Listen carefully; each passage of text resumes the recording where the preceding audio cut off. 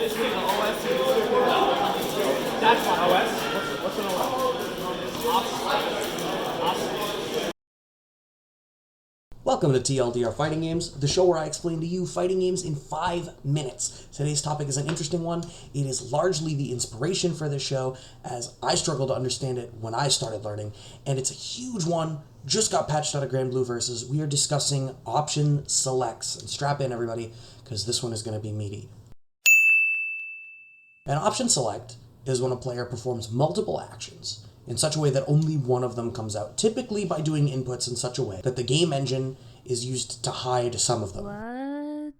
Okay, bear with me. Option selects are a huge topic, and there's tons of cases and applications. Let's look at a couple of examples. Buffering is technically a super simple option select when applied correctly. Buffering is when you perform a special move input within the cancel window of a move in neutral. Typically, this can be done with, say, your crouching medium kick into a fireball or elbow or what have you. Your move is only cancelable on hit or block. If you stand at a range where you know that your move will not connect on block, then the only way your special move can come out is on a hit, typically a counter hit, in which case your move will cancel. This isn't widely considered an option select, but the line of thinking of how to approach how and why it works is very informative for approaching other option selects.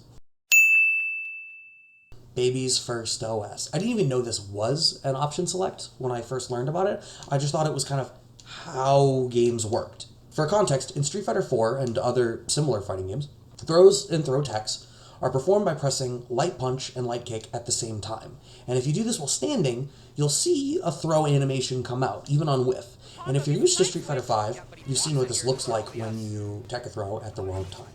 But in Street Fighter 4, in other similar games that have crouch teching, you didn't see this. When you hit multiple buttons at the same time, generally the game favors the stronger buttons in ascending priority with kicks weighted higher than punches. Standing, this results in a throw, as throws are higher priority than standing normals. But if your character is crouching, your crouching normals have a higher priority than your standing throw input, and a crouching light kick comes out.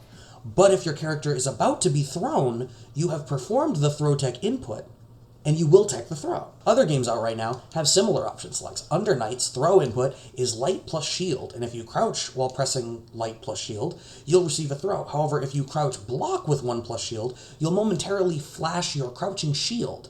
And you can do this even further, so you could, say, 3C as Byakuya along with your throw tech input, and option select AntiAir to get out of throw plus assault mix-ups. Now, why is this valuable? By ensuring that our throw only comes out if we are thrown, we're able to perform an additional action that we want if they're not throwing us. Dragon Ball FighterZ has a common example of another type of OS, and this time utilizing hit stop and other assorted screen freeze effects in order to embed your options.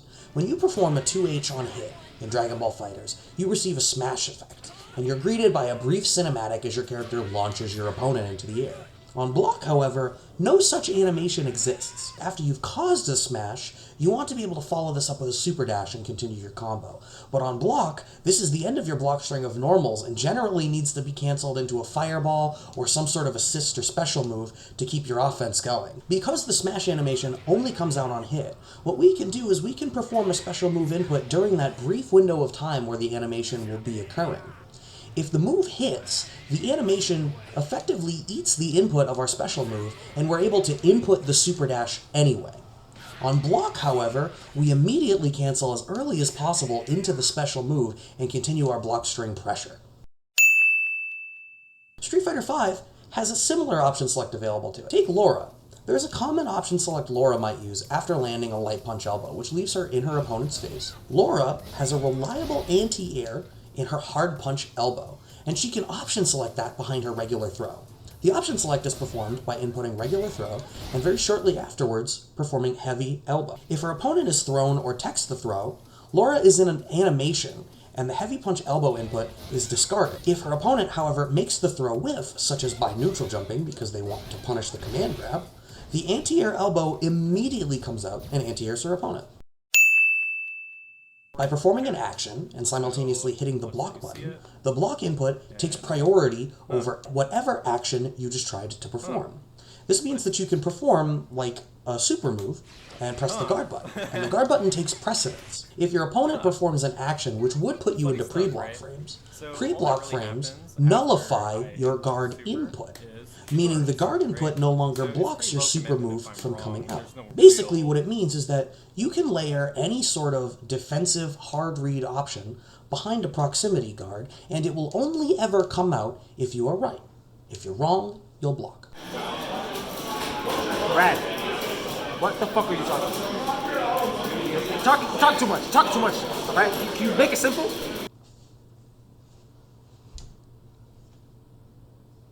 Okay. TLDR. An option select is a technique where you use some quirk within the game engine or its mechanics to allow you to perform multiple actions at the same time. Because you know under what criteria which of these actions will come out, you are able to make two decisions within one space of time and one input.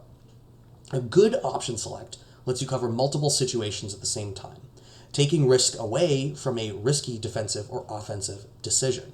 A great option select can be meta-defining and can fundamentally change the way that a game is approached. That's going to be it from me. Hope you guys liked the first episode of TLDR FGC. I'm hoping to try to do this for way more topics and be able to bring more of this informational content to you guys. So if you have ideas of subjects that you would like to see discussed or explained in this format, please let me know in the comments, and remember to like and subscribe if you like it.